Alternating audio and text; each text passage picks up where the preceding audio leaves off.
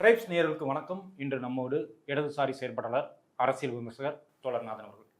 வணக்கம். வணக்கம் தோழர். அனைத்து இந்திய அண்ணா திராவிட முன்னேற்ற கழகத்தோட MLA MR Vijayabaskar, Karur MLA, அவர் வந்து இன்னைக்கு ராஜினாமா பண்ணியிருக்காரு. ஏற்கனவே 5 பேர் ராஜினாமா பண்ண சொல்லி இவர் 6ஆவதா இவர் ராஜினாமா பண்ணி அவர் ராஜினாமா கடிதம் கைப்பட எழுதி கொடுக்கவும் அதை வந்து உடனடியாக அங்கீகரித்துள்ளார் சபாநாயகர். அதே நேரத்தில் அவர் கரூர் எம்எல்ஏவும் கூட அதே நேரத்தில் கரூருக்கு விஜய் அவர்கள் செல்வதாக நியூஸ்கள் வந்து வந்துகிட்டு இருக்குது. ஜூலை 2வது வாரத்தில் கரூர் செல்ல பரிசீலனை, கரூர் செல்ல திட்டம் அப்படின்னு புதிய தலைமுறையில் அதே நேரத்தில் ஃப்ளாஷ் நியூஸும் வருது. இந்த 2 விவகாரங்களையும் எப்படி பார்க்குறீங்க? தாவேகாவினுடைய குதிரை பேரம் குறித்த செய்திகள் தினசரி வந்தாலும் அதிகமாக வந்தாலும் அதை பற்றியெல்லாம் கவலைப்படுற ஆளாக வந்து விஜயும் இல்லை, அந்த கட்சியும் இல்லை. நீங்கள் என்ன வேணால் சொல்லிக்கிங்க, நாங்கள் செய்கிறது தான் செய்வோம். இப்போ வைகோ பேசி அந்த பேச்சு கூட இன்னும் யாரும் மறந்துருக்க மாட்டாங்க. அவருடைய 2 எம்எல்ஏக்களை ராஜினாமா பண்ண சொல்லுங்கள், மீண்டும் போட்டியிட சொல்லுங்கள், ஜெயிக்க வைக்கிறது என்னுடைய பொறுப்பு அப்படின்னு விஜய் சொன்னதை யதார்த்தமாக வைகோ முன் வச்சிருக்கிறார். 2 எம்எல்ஏக்களும் அவர்கள் ராஜினாமா செய்தால் இடைத்தேர்தல் வரும். அப்படி ஒரு இடைத்தேர்தல் வந்தால் நானே வந்து உங்களுக்கு ஆதரவாக பிரச்சாரம் செய்வேன்னு அவர் சொன்னார். இதெல்லாம் சொன்னால் பிரச்சனையாகுன்றது கூட தெரியாமல் வெளியே சொல்லியிருக்காரு. இதெல்லாம் வந்து நடந்திருக்கும் போதே கரூருடைய எம்ஆர் விஜயபாஸ்கர் ராஜினாமா பண்ணியிருக்காரு அப்படின்றது இவர்கள் பாஜகவை விஞ்சக்கூடிய குதிரை பேரத்தில், அதாவது எம்எல்ஏக்களை விலைக்கு வாங்குறதுல இவங்களை மிஞ்ச முடியாது அப்படின்ற ஒரு நிலை வந்துருச்சு. ஏற்கனவே விஜயபாஸ்கரை சேர்த்து மொத்தம் 5 பேர் ராஜினாமா பண்ணியிருக்காங்க. இவரை சேர்த்து 6, திருச்சி கிழக்கையும் சேர்த்திங்கன்னா 7, 107 114, அதில் ஜெயிக்கிறதா வச்சுக்குவோம். 7லையுமே தாவேகா ஜெயிக்கிறதா வச்சுக்கிட்டா 114 வந்துடும். அதுக்கு பிறகு திமுக கூட்டணி கட்சிகள் 13 இருக்குது. அப்போ 114 13 127, 18 தாண்டி ஒரு கம்ஃபர்டான ஒரு எண்ணிக்கையில் தாவேகா இருக்கும். இதோடய நிற்க போகிறதில்ல. இன்னும் அதிமுக எம்எல்ஏக்களை விலைக்கு வாங்கக்கூடிய வேலையை தாவேகா கண்டிப்பாக பண்ணுவாங்க அப்படின்றத அந்த எம்ஆர் விஜயபாஸ்கர் விவகாரத்தில் தெரியுது. கரூருக்கு வந்து இப்போ இதே நேரத்தில் இந்த கரூர் எம்எல்ஏ வந்து ராஜினாமா பண்ணுறாரு, அதே நேரத்தில் கரூர் போகிற பிளான் அப்படின்னு ஃப்ளாஷ் நியூஸ் ஆகுது. விஜய் அவர்கள் போகிறதா இருக்குது. இதை எப்படி பார்க்குறீங்க? இந்த வரப்போகிற தேர்தலுக்கான இது வந்து முன்னேற்பாடா, இல்லை அங்கே இருக்கிற மக்களை மறுபடியும் இவர் போய் சந்தித்து தன்னுடைய இமேஜை நிரூபிக்க நினைக்கிறாரா? நீங்கள் எப்படி பார்க்குறீங்க? எல்லாமும் தான். ஒன்று வந்து கரூர் விக்கெட்டை வந்து போல்டாகணும். அது மாதிரி எம்ஆர் விஜயபாஸ்கர் விக்கெட்டை அவுட் ஆகிட்டா மீண்டும் கரூரில் போட்டிட்டு தாவேகாவை ஜெயிக்கிற மாதிரி நிலைமை வந்தால் எங்களுக்கு தான் கரூர் மக்கள் சப்போர்ட்டாக இருக்கிறாங்க. 41 பேர் பலி என்பது திமுக செய்தது, அதனால தான் நாங்கள் ஜெயிச்சிருக்கிறோம், மக்களே எங்களை நம்பியிருக்கிறாங்க அப்படின்னு சொல்லலாம். அது சிபிஐ விசாரணை பார்த்தீங்கன்னா அது என்ன கட்டத்தில் இருக்குது ஒன்றுமே தெரியல. அவங்க சிபிஐக்கும் விஜய்க்கும் என்ன டீல் நடந்தது, பிஜேபி இதன் மூலமாக என்ன விஜயோட பேசியிருக்குது, விஜயோட அசால்ட்டாக இருக்கிறத பார்த்தா சிபிஐ மூலமாக அவங்களுக்கு எந்த பிரச்சனையும் வராது, நீங்கள் பாட்டுக்கு செய்கிறத செய்யுங்க அப்படின்ற மாதிரி அவங்க சொல்லியிருப்பாங்க போல இருக்குது. அதனால் எம்ஆர் விஜயபாஸ்கரை வீழ்த்தி விட்டு இவர் 2வது வாரம் கரூர் போகிறதா அறிவிச்சிருக்கிறாரு. நீங்கள் சொன்ன மாதிரி இந்த பழைய இமேஜ் வந்து டேமேஜ் ஆகிருக்கு, அதை சரி பண்ணுறதுக்காக இப்போ போய் அவங்களையெல்லாம் வீடுகளில் சந்திச்சோ இல்லை கல்யாணம் பண்ணுறதுக்கு வரவழைச்சோ. இப்போ இவர் ஆட்சி தானே இருக்குது. ஆமாம், திருச்சியிலேருந்தே போலீஸ் பேரிகோடோட பாதுகாப்பு போட்டுட்டு ரோடு நேராக போட்டுருவாங்க. ஆமாம், ரோட் ஷோவும் நடத்திட்டு கரூரில் போய் பார்த்துட்டு, நான் ஆட்சிக்கு வருவதற்காக 41 பேர் பறி கொடுத்த கரூரை என்னால் மறக்க முடியாது அப்படி ஏதாவது ஒரு பஞ்சு டைலாக் பேசிட்டு அவர் வந்துடுவார். அடுத்து நிறைய பேர் கேட்குறாங்கல்ல, நீங்கள் ஆட்சிக்கு வந்த பிறகு கரூருக்கு ஏன் போகலைன்னு, அதுக்கெல்லாம் ஒரு ஃபுல் ஸ்டாப் வைக்கணும் அப்படின்ற முறையில் இதை வந்து செய்கிறாரு. ஆனால் நம்மளுடைய கேள்வி, 41 பேர் இறந்து போயிருக்காங்க அப்படின்றது ஒரு சாதாரண செய்தி இல்லை. அது மிக முக்கியமான காரணம் விஜய் தாமதமாக வந்திருக்கிறது. வேணும்னே அந்த ஒரு குறுகிய இடத்துல கூட்டத்தை வந்து அதிகமாக நிரப்பி அந்த அவங்க நெரிசலை வந்து உருவாக்கியது. இவர் பேசிகிட்டு இருக்கும்போதே மக்கள் விழுகிறாங்க. இவ்வளவு கொடூரமாக நடந்த இந்த நெரிசல் கொலைக்கு யார் குற்றவாளி, அந்த குற்றவாளி சட்டத்தின் முன் நடவடிக்கை எடுக்கப்பட்டு தண்டிக்கப்படணும் அப்படின்றது பின்னுக்கு போய் அவர் ரொம்ப அசால்ட்டாக இது வந்து எம்எல்ஏ பழி போடுறாங்க அப்படின்னு பேசுகிறார் இல்லையா. பத்திரிகையாளர்களோட சந்திக்காமல் ஓடியது இது எல்லாமே நடந்திருக்கு. அப்போ அந்த 41 பேருக்கு நீதி கிடைக்குமா அப்படின்னு நம்ம பேசுகிற காலத்தில் துணிந்து அவர் கரூருக்கு போகிறாரு அப்படின்னு சொன்னால் இது கரூருக்கு மட்டுமில்லை, தமிழக மக்களுக்கே நேர்ந்த ஒரு மிகப்பெரிய ஒரு அவமானம் தான். அவமானம் அப்படின்னு தான் சொல்லணும்.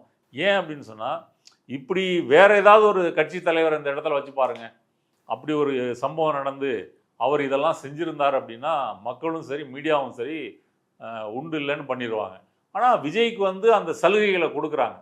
விஜயை வந்து கடவுள் போல, விஜயே தன்னைய வந்து தாவேகாவா கட்சிக்காரர்கள்ட்ட கொண்டு போகிறதா இருக்கட்டும், மக்கள்கிட்ட கொண்டு போகிறத வந்து கடவுள் அந்த கல்ட்டு ஃபிகராக தான் கொண்டு போகிறாரு.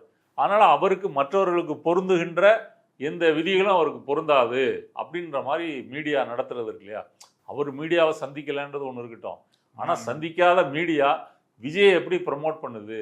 அப்போ இன்னமும் வந்து அவர்கள் விஜயை வந்து ஒரு பெரிய கடவுள் போல, ஒரு அரசன் சக்கரவர்த்தி போல அப்படிதான் மீடியா கவரேஜ் வந்து பண்றாங்க. உண்மையான மன்னராட்சிங்கிறது இப்போதான் நடக்குது. ஆமா, சரியா சொன்னீங்க. இது வந்து கிட்டத்தட்ட மன்னராட்சிக்கு சமமான ஆட்சி தான் நடக்குது. மன்னராட்சியில் அவருடைய உறவினர்கள் தான் முக்கியமான பொறுப்பில் இருப்பாங்க. இவருடைய சினிமா டீம் தான் முக்கியமான சினிமா உறவுகள். ஆமா. அடுத்தது லாட்ரி மாஃபியா அப்படின்ற ஒரு அந்த குடும்பத்தினுடைய நட்பும் இருக்குது. அப்போ கூட்டி கழிச்சு பார்த்தீங்க அப்படின்னு சொன்னால் விஜய் வந்து இங்கே அரசியல்லையோ முதலமைச்சராகவோ நடக்கிறதுக்கு ஒன்றும் அலட்டிக்கவே தேவையில்லை. மராத்தான் ஒரு 3 கிலோமீட்டர் போன மாதிரி ஒரு ரீல் எடுத்து போட்டால் முடிஞ்சு போச்சு. அது ஒரு வாரத்துக்கு அது பேச்சு. அப்புறம் அதுக்கு முன்னாடி வந்து பஸ்ஸில் ஏறி டிக்கெட் வாங்கினார், 10 ரூபாய் கொடுத்து டிக்கெட் வாங்கினாருன்னா அது ஒரு 2-3 வாரத்துக்கு போகும். சட்டசபையில் வந்து இப்படி உங்கள் மக்கள் கழுத்தை அறுத்துருவேன் அப்படின்ற மாதிரி கையை காமிச்சாருன்னா அது ஒரு 3 மாதத்துக்கு போயிடும். அப்போ அரசியலை வந்து எவ்வளோ லேசாக நடத்துகிறாரு. முன்னெல்லாம் வந்து சொல்லுவாங்க அரசியல் அப்படிங்கிறத விட நம்ம மக்கள் எப்படி லேசாக நடத்துறதுன்னு தான் பார்க்க முடியும். ஆமாம், ரெண்டும் ஒன்று தான். இப்போ நீங்கள் மற்ற தலைவர்கள் எடுத்துங்க, எந்த கட்சியாக இருந்தாலும் சரி, முதலமைச்சரோ இல்லை பிரதமரோ அதில் பொறுப்பில் இருக்கிறவங்க ஒரு நாளைக்கு எவ்வளோ வேலை செய்கிறாங்க. அவங்களுக்கு வந்து ஒரு விடுமுறை நாள்னே ஒன்று இருக்காது. அரசு பணி, கட்சி பணி தொழில் மாறி மாறி செஞ்சுக்கிட்டே இருக்கும்போது இவர் வந்து அதை பற்றிலாம் கவலைப்படாமல் நடக்கட்டும், நான் இவ்வளோ தான் வருவேன், ஒரு 7 மணி நேரம் தான் தலைமைச் செயலகத்தில் இருப்பேன், இப்படி ஒரு அசால்ட்டாக நடந்துக்கிறது இருக்கு இல்லையா. அப்போ இவரை வந்து இதெல்லாம் ஒரு அரசியல் ஒரு புதுவிதமான பங்கு, புதுவிதமான ஒரு முன்னோடியாக விஜய் வந்திருக்கிறார் அப்படின்னு சொல்லணும். எதை பற்றியும் கவலைப்படாமல், நம்ம எந்த உழைப்பும் போடாமல் நம்மளை பற்றி செய்தி வந்துக்கிட்டே இருக்கும், அதை வைத்து கொண்டு பார்த்துக்கலாம்.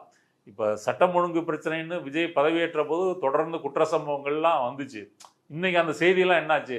அந்த செய்தியெல்லாம் பின்னுக்கு போயிடுச்சு. ஏன்னா அவர் சொல்லிட்டாரு, திமுகவினுடைய போதைப் பொருள் நடவடிக்கை எடுக்கலைன்றதான் காரணம் அப்படின்னு சொன்னதுனால அது ரத்தாயிருச்சு. இப்போ இன்றைக்கி கூட பார்த்தீங்கன்னா அந்த மாதிரி ஒரு சிறுமி மீட்பு பிணமாக வந்து கண்டெடுக்கப்பட்டிருக்காங்க. அது என்னன்னு மேற்கொண்டு செய்திகள் வரலை. இப்போ அதை பற்றிலாம் பேசாமல் இந்த குதிரை பேர செய்திகளும், இவர் கரூருக்கு போறாருன்ற செய்திகளும், ராஜினாமா செய்தி இது இன்னைக்கு வந்து பேசு பொருளாக இருக்கு. அப்போ தமிழக மக்கள் தமிழ்நாடு முன்னேறிய மாநிலம், படித்த மாநிலம் அப்படிலாம் சொல்லும்போது தமிழகம் இன்னைக்கு எப்படி ஒரு பின்தங்கிய மாநிலமாக இருக்குது, அதனுடைய மக்கள் எப்படி ஒரு பின்தங்கிய தன்மை படைச்சிருக்காங்க அப்படின்றதுக்கு விஜய் ஆட்சியே ஒரு சாட்சி. அண்ணா திராவிட முன்னேற்ற கழகத்தோட கொறடா அக்ரி கிருஷ்ணமூர்த்தி வந்து இன்னைக்கு தலைமைச் செயலகம் வந்து இந்த விஜயபாஸ்கர் ராஜினாமா அதை வந்து எதிர்த்து ஒரு மனு கொடுக்க வந்திருக்காரு. அங்கே சபாநாயகர் இல்லை அப்படின்னு செயலாளர்கிட்ட கொடுத்துட்டு போயிருக்காப்புல. எப்படி பார்க்குறீங்க இந்த கம்ப்ளைண்ட்டு, கொறடாவோட ரிப்போர்ட்டுக்கு இல்லை கம்ப்ளைண்ட்டுக்கு எதுவும் மதிப்பு இருக்கு? வேறு அவங்களால என்ன செய்ய முடியும்? கம்ப்ளைண்ட் தான் கொடுக்கும். உச்சபட்ச நடவடிக்கைகளை தான் செய்ய முடியும். இது கொடுப்பதன் மூலமாக யாராவது போனீங்கன்னா பாருங்கள், அவங்க லீகல் நடவடிக்கை எடுத்து ஏதாவது பண்ணிடுவோம் அப்படின்னு ஒரு பூச்சாண்டி காட்டுறதுக்காக தான் இதை செஞ்சுருக்காரு.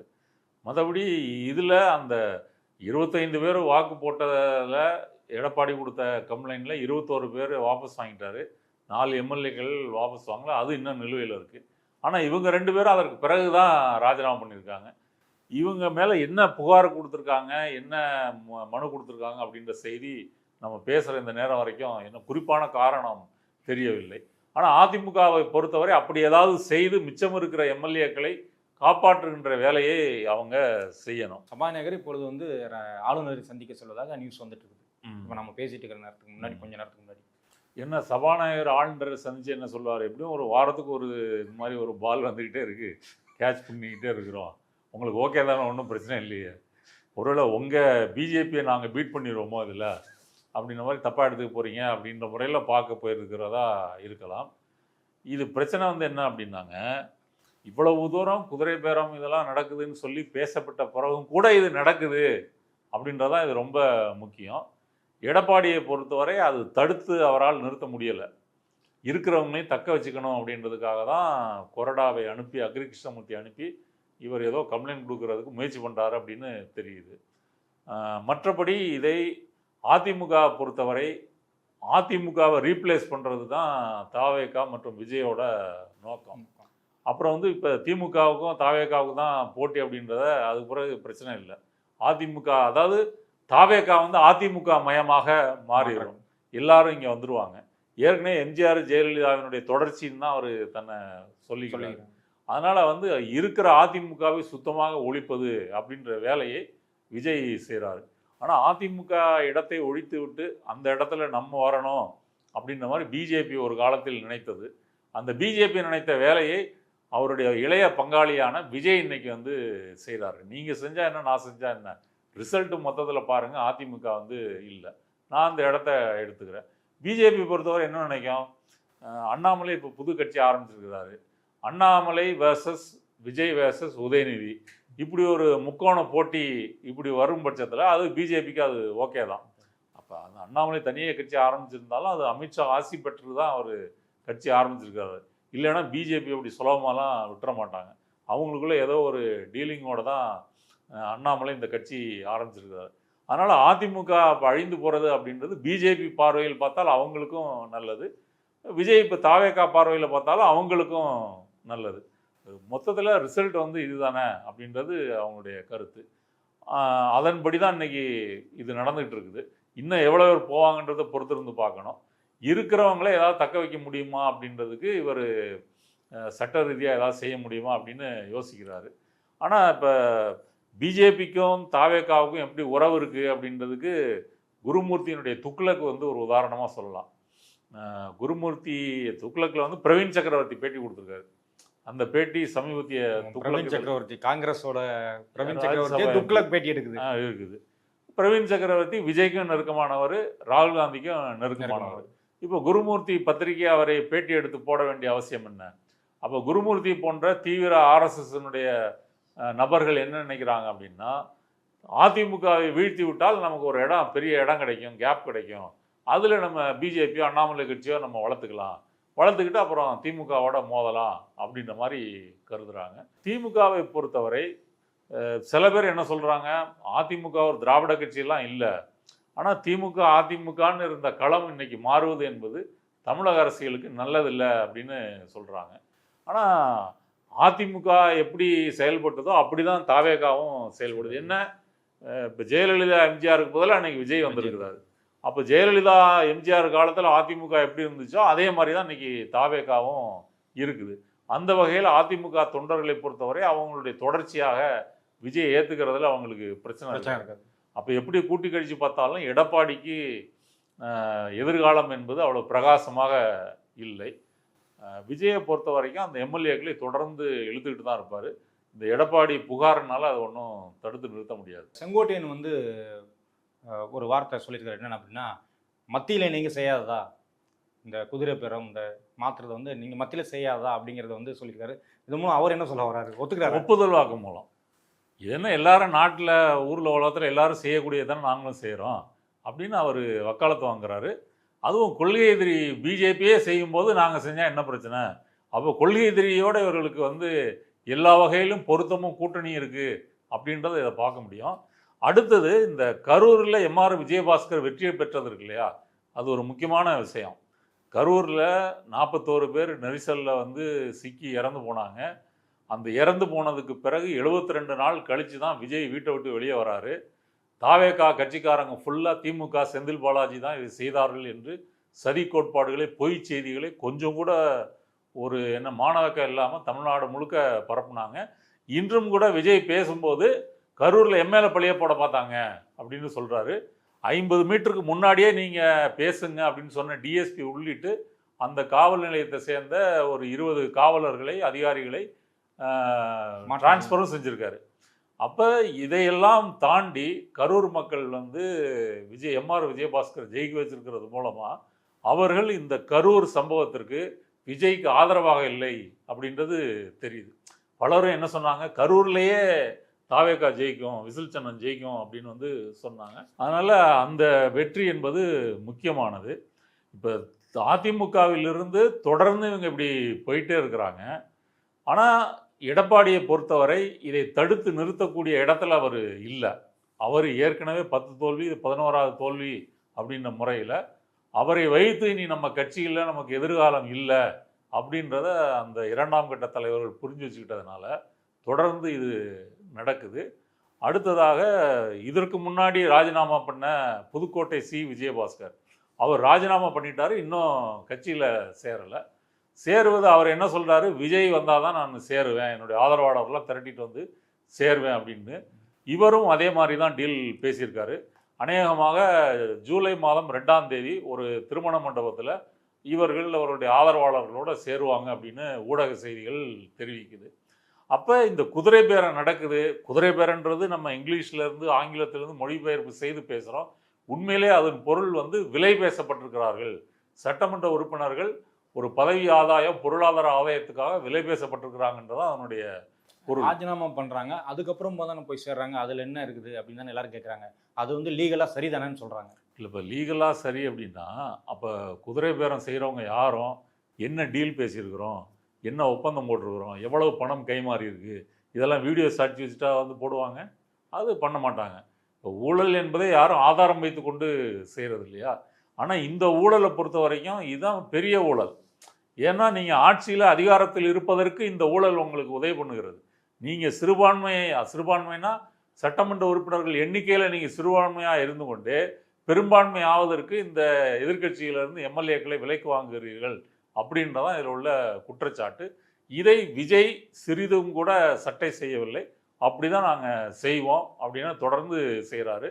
இந்த ஆரம்பத்தில் நம்பிக்கை தீர்மானத்தில் 25 பேர் வாக்களித்தாங்க இல்லையா, அப்போவே இது இந்த குதிரை பேரம் வெட்ட வெளிச்சமாயிருச்சு. அப்போ எல்லாரும் என்ன நினச்சாங்கன்னா, விஜய் கரெக்டாக அந்த நம்பர் மட்டும்தான் வரும், 118னா அது 1-2 கூட போகலாமே தவிர பெரிய நம்பர் வராது. ஆனால் திமுக வெளிநடப்பு செய்த பிறகு 25 அதிமுக எம்எல்ஏக்கள் ஆதரவாக ஓட்டு போட்டிருக்கிறாங்க. அப்போவே இது குதிரை பேரம் என்பது வெட்ட வெளிச்சமாயிருச்சு. ஏன்னா அந்த எஸ்பி வேலுமணி சிவி சண்முக டீமை தான் விஜய் போய் சந்திச்சாரே தவிர எடப்பாடியை அவர் சந்திக்கவே இல்லை. இது வெளிப்படையாகவே தெரிஞ்சிருக்குது.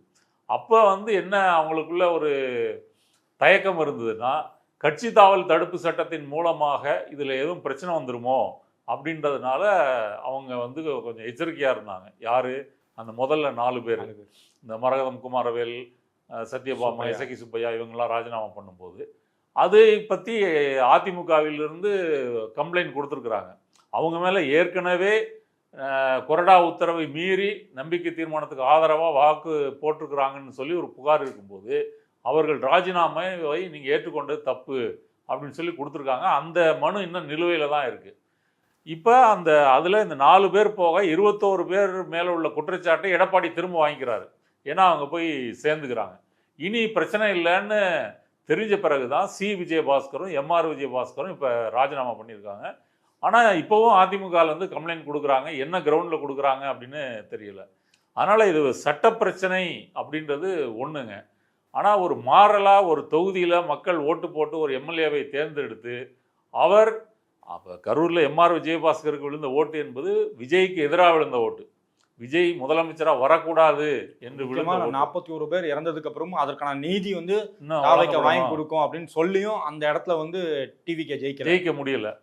அப்படி வந்த ஓட்டு இதில் மக்களுக்கு துரோகம் பண்ணிட்டு இவங்க போய் ராஜினாமா பண்ணுறது என்பது நிச்சயமாக எல்லா வகையிலையும் தார்மீக ரீதியாகவும் சரி, அரசியல் ரீதியாகவும் இது ஏற்றுக்கொள்ளவே முடியாது. இதை பலரும் கண்டித்தும் கூட இவர்கள் தொடர்ந்து செய்வதற்கு காரணம், இவர்கள் அரசியல் சட்டத்தையோ நெறிமுறைகளையோ மாண்பையோ கடுகளவு கூட மதிக்கின்ற ஒரு கூட்டம் இல்லை. இது ஒரு லும்பன் கூட்டம் மாதிரி. என்னெல்லாம் நீங்கள் புனிதம்னு சொல்கிறீங்களோ அதெல்லாம் போட்டு உடைக்கக்கூடிய ஒரு கூட்டம்.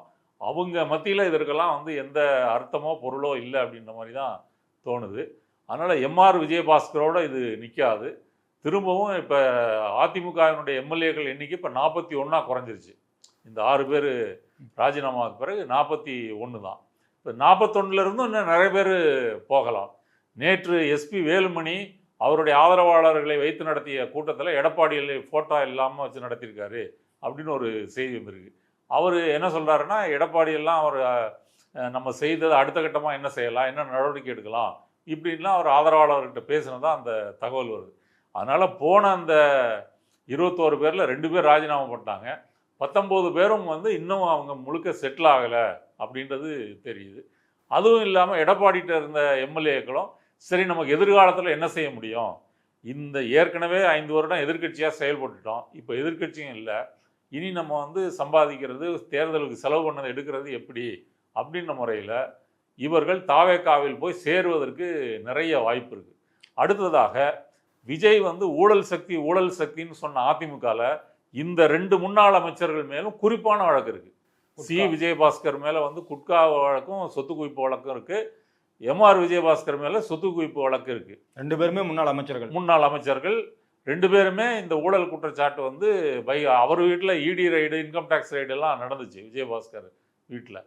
அப்படி இருக்கும்போது நான் ஊழல்வாதிகளை ஏற்றுக்கொள்வேன், அதில் எந்த தயக்கமும் இல்லை என்பதன் மூலமாக அவர் குதிரை பேரமே ஒரு ஊழல் தானே, அதில் ஒரு ஊழல் செய்த அமைச்சரை ஏற்றுக்கொள்வதில் என்ன முரண்பாடு வரப்போகுது அப்படின்றதுனால அதை வந்து நியாயப்படுத்துகிறாரு. இதில் லாட்ரி மாஃபியாவினுடைய நெட்வொர்க் இருக்கு இல்லையா, அவங்க இது தொடர்ந்து ஈடுபட்டு இருக்காங்க. ஏன்னா லீமா ரோஸ் இன்னும் அதிமுகலாம் இருக்கிறாங்க. அவங்க அங்கேருந்து இங்கே பால் தூக்கி போடுற மாதிரி தூக்கி போட்டு அனுப்பிட்டு இருக்காங்க. ஆமாம், இங்கே மருமகன் கேட்ச் பண்ணி இங்கே தாவேக்கால போட்டுருவார். இந்த வேலையை அவங்க செஞ்சுட்டு இருக்கிறாங்க.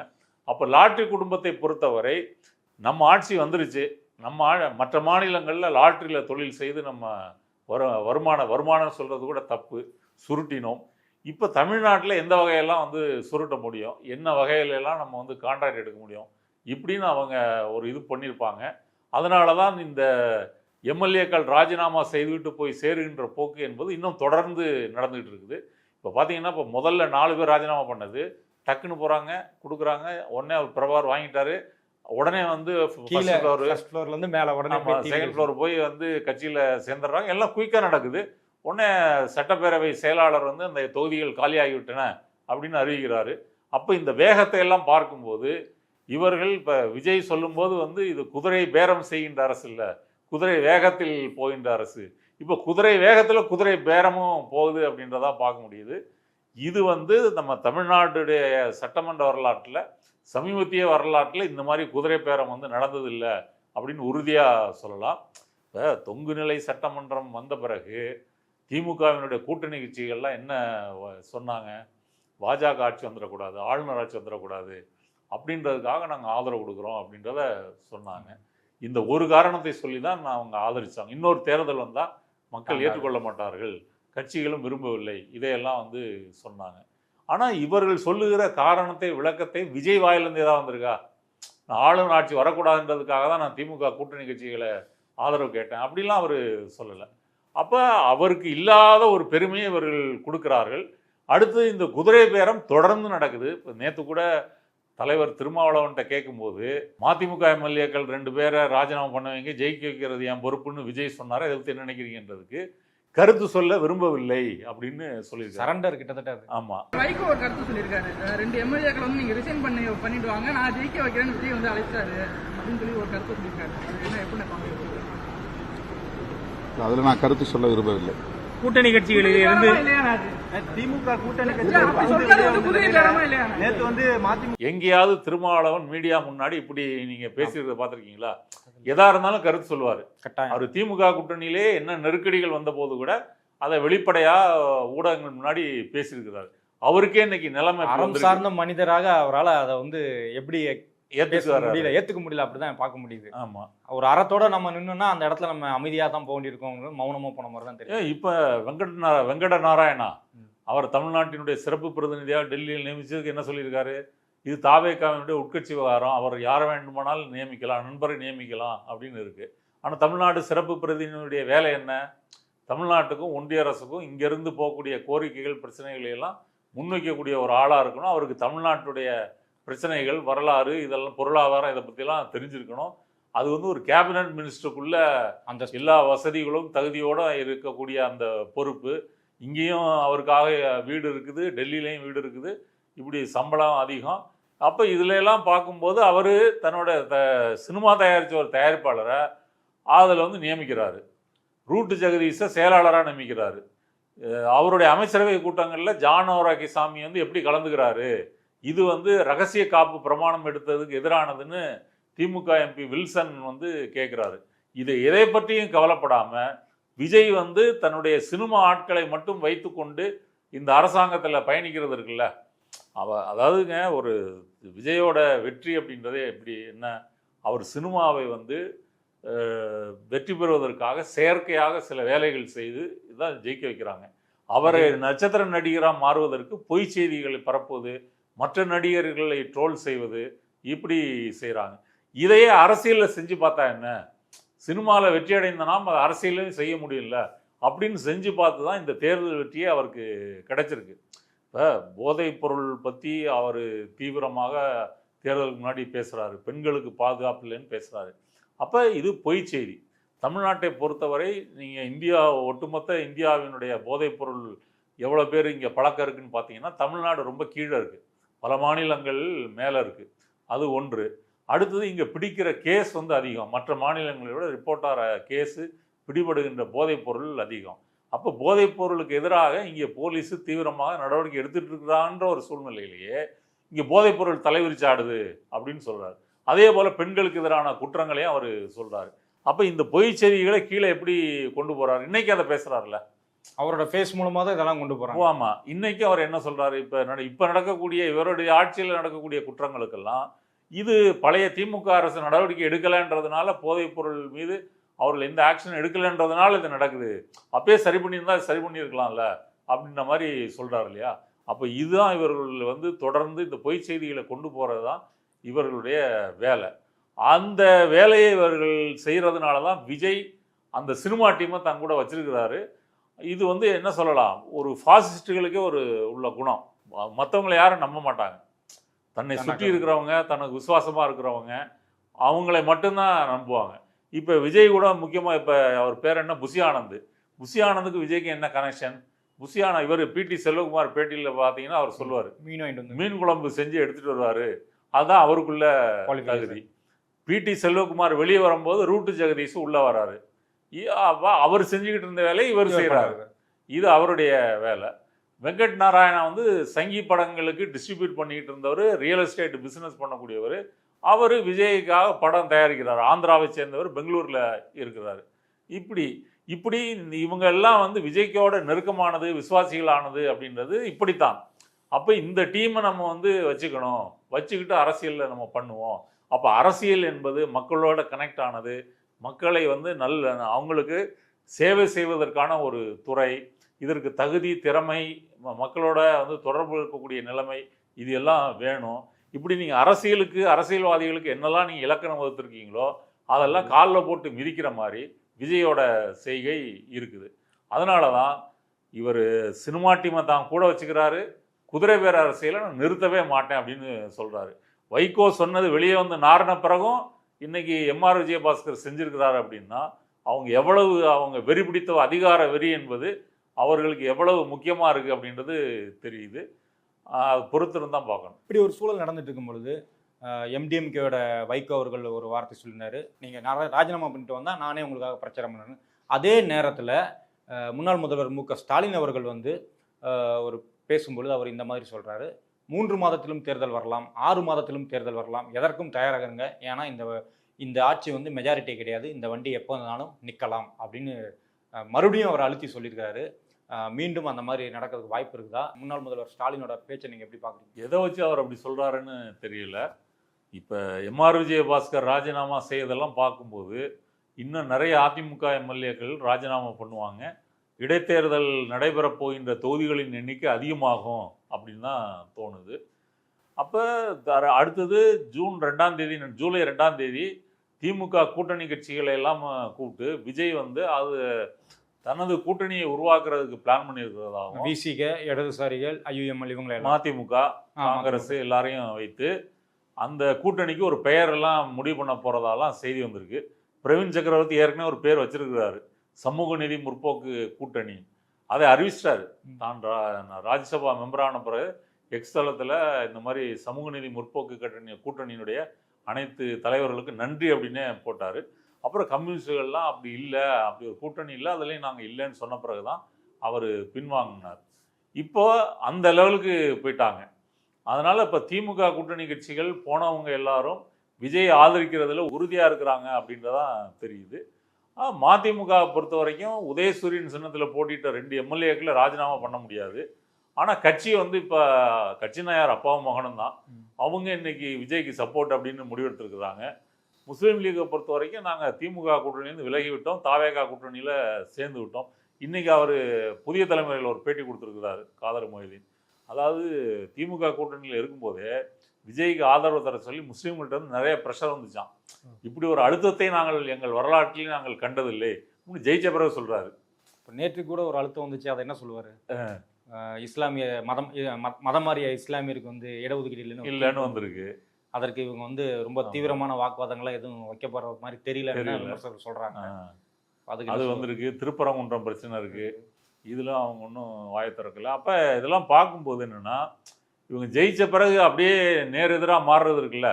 இப்போ திமுக கூட்டணியில் இருக்கும்போது நீங்கள் இந்துத்துவா, ஃபாசிசம், பிஜேபி, ஆர்எஸ்எஸ் இதை எதிர்த்து நீங்கள் பேசலாம். இன்றைக்கி விஜய் கூட்டணியில் இருந்துட்டு நீங்கள் அப்படி பேச முடியுமா? அப்படி பேச முடியுன்ற வன்னி அரசை தலையில் கொட்டி உட்கார வச்சிட்டாரு சபாநாயகர். நீங்கள் அதை பேச வேண்டியதில்லை அப்படின்ற முறையில். அதனால் விஜய் அப்போ எந்த அடிப்படையில் ஸ்டாலின் அவர்கள் வந்து திரும்ப திரும்ப இதை சொல்கிறாங்க? சீக்கிரத்தில் தேர்தல் வரும், 3 மாதமும் திரும்ப சொல்லலைங்க. இதுக்கு முன்னாடி சொன்னது அப்படின்றது நான் வந்து இப்போ வந்து தெளிவாக தானே சொல்லியிருக்கேன். 6 மாதம் கழித்து தான் விமர்சனம் பண்ணுறதா சொன்னேன். ஆமாம், அதுக்காக. ஆனால் இப்போ அதுக்காக 3 மாதம் ஆயிருமோ அப்படின்ற முறையில் அவர் பேசினார். போகிற போக்க பார்த்தா விஜயோட எண்ணிக்கை, எம்எல்ஏக்கள் எண்ணிக்கை அதிகமாகும் அப்படின்ற மாதிரி தான் தோணுது. இப்போ இந்த இடைத்தேர்தல், இந்த 6 தொகுதிகள் 7 தொகுதிகளுக்கு இடைத்தேர்தல் வரும்போது விஜய்க்கு முன்னிருந்த மாதிரி ஒரு சுலபமான வெற்றி கிடைக்காது அப்படின்னு சொல்லலாம். ஏன்னா இப்போ கொஞ்சம் எக்ஸ்போஸ் ஆகிருக்கு, தாவேகாவும் சரி விஜயும் எக்ஸ்போஸ் ஆகிருக்காங்க. அதையெல்லாம் வைத்து கூட ஸ்டாலின் சொல்லியிருக்கலாம், இடைத்தேர்தலில் நம்ம ஒரு டஃப் ஃபைட்டு கொடுக்க முடியும், அதனால் அவங்க எண்ணிக்கை வந்து குறையும். இப்போ இப்படி யோசிச்சு பாருங்களேன். இப்போ இடைத்தேர்தலில் வந்து திமுக வந்து கணிசமான தொகுதிகளில் ஜெயிக்குது அப்படின்னு சொன்னால் அடுத்தது வந்து விஜயோ தாவேகாவோ பயப்படுவாங்கல்ல. ஆமாம், கூட்டணி கட்சிகள் தான் ஃபர்ஸ்ட் பயப்படுவாங்க. ஆமாம், அவங்களும் பயப்படுவாங்க, நம்ம தப்பு பண்ணிட்டோமோ அப்படின்றதெல்லாம் இருக்குல்ல. அப்போ நம்ம மீண்டும் திமுக கூட்டணியில் சேருவோம் அப்படின்ற முறையில் அவங்க முயற்சி பண்ணலாம். இப்போ ஸ்டாலின் சொல்கிறது வந்து எதை வைத்து சொல்கிறார் அப்படின்னு தெரியல. ஆனால் இந்த இடைத்தேர்தல்கள் விஜயை புரிந்து கொள்வதற்கு தமிழக மக்களுக்கு ஒரு வாய்ப்பாக இருக்கும். இப்போ இவ்வளவு தூரம் தாவேகா என்னெல்லாம் செஞ்சுருக்கு இந்த 40-50 நாட்களில் அப்படின்றத வைத்துக்கொண்டு மக்கள் ஓட்டு போடுறாங்களா, இல்லை இன்னமும் வந்து அந்த சினிமா கவர்ச்சி, அந்த சினிமா பிரபலத்திற்கு தான் எங்களுக்கு முக்கியம் அப்படின்னு ஓட்டு போடுறாங்களா அப்படின்றத நம்ம உரசி பார்க்கலாம். ஒருவேளை வந்து சினிமா தான் எங்களுக்கு முக்கியம் அப்படின்னு ஓட்டு போட்டால் அப்புறம் தமிழ்நாட்டை யாராலும் காப்பாற்ற முடியும். ஆமாம். ஆனால் ஒருவேளை வந்து இதை புரிந்து கொண்டு மக்கள் திமுகவிற்கு அதிகம் ஓட்டு போடுறதாக வைத்து கொண்டால் அது விஜய்க்கு வந்து மிச்சம் இருக்கின்ற நாட்கள் வந்து ஒரு தூங்காத இரவுகளாக இருக்கும். அந்த நம்பிக்கையில் வந்து அவர் சொல்லியிருக்கலாம். ஆனால் என்னை பொறுத்தவரை அப்படி ஸ்டாலின் சொல்லியிருக்கிறது வந்து நடக்குமா அப்படின்றது சந்தேகமாக தான் இருக்குது. இன்றைய தினம் கலந்து கொண்டு பல முக்கியமான கருத்துக்களை பகிர்ந்து கொண்டமைக்கு நன்றி.